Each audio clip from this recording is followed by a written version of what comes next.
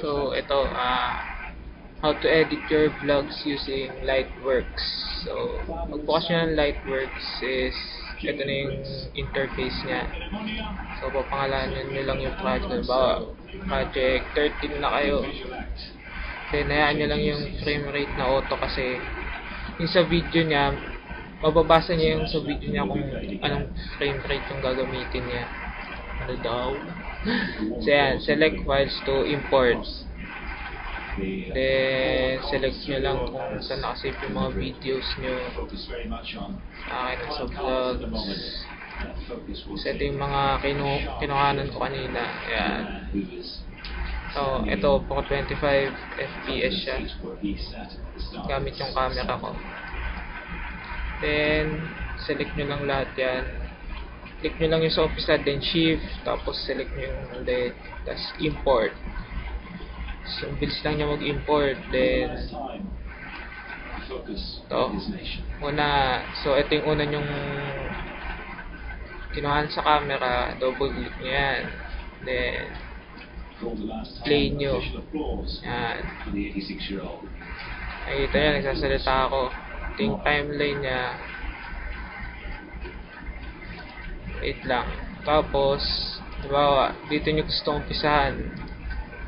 Hindi, ayan, dito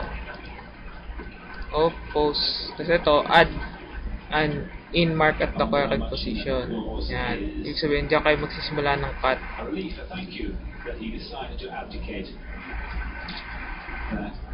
Given what Spain has gone through and is going through, it is time for the monarchy to change, the monarchy to move forward.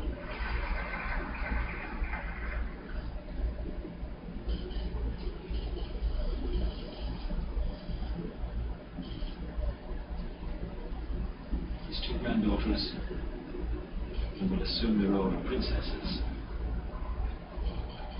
show their official thanks and say an official farewell to the king. Tapos kung saan nyo siya gusto matapos, halimbawa, dyan, ito yung add an out mark the correct position, then click nyo lang tong insert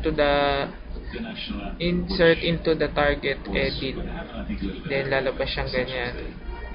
So ito na ngayon yung magiging main video nyo, main video. Yan.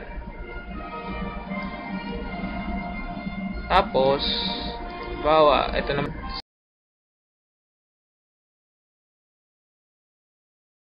select nyo saan magi-start, kung saan kayo magi-stop.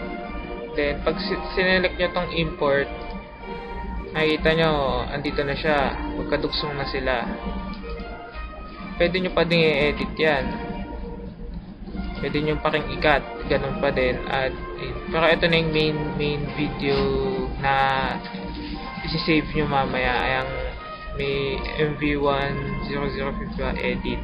So pwede nyo i-close to, open ulit kayo ng bago, tapos ganun pa din. Yan, diyan kayo mag-edit, close, then siguraduhin nyo na nasa dulo tong marker ng main video nyo. Para pagka-click nyo ng insert into the target edit, ito yung target edit pagka-insert nyo is mapupunta siya doon sa huli. So pwede pa kayo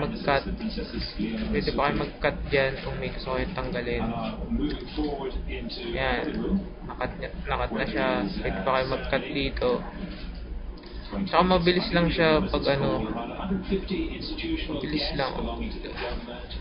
Tapos pag isi-save nyo na siya, export, edit clips or group. Yan.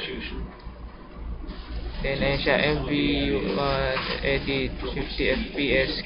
Kino-convert niya na sa YouTube format. Then 720. Tapos yung folder ko sa inyo isi-save, then pangalanan nyo lang. Then click start.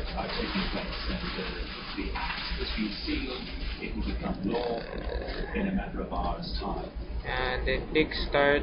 Then yun na, magsisave na siya. That's it.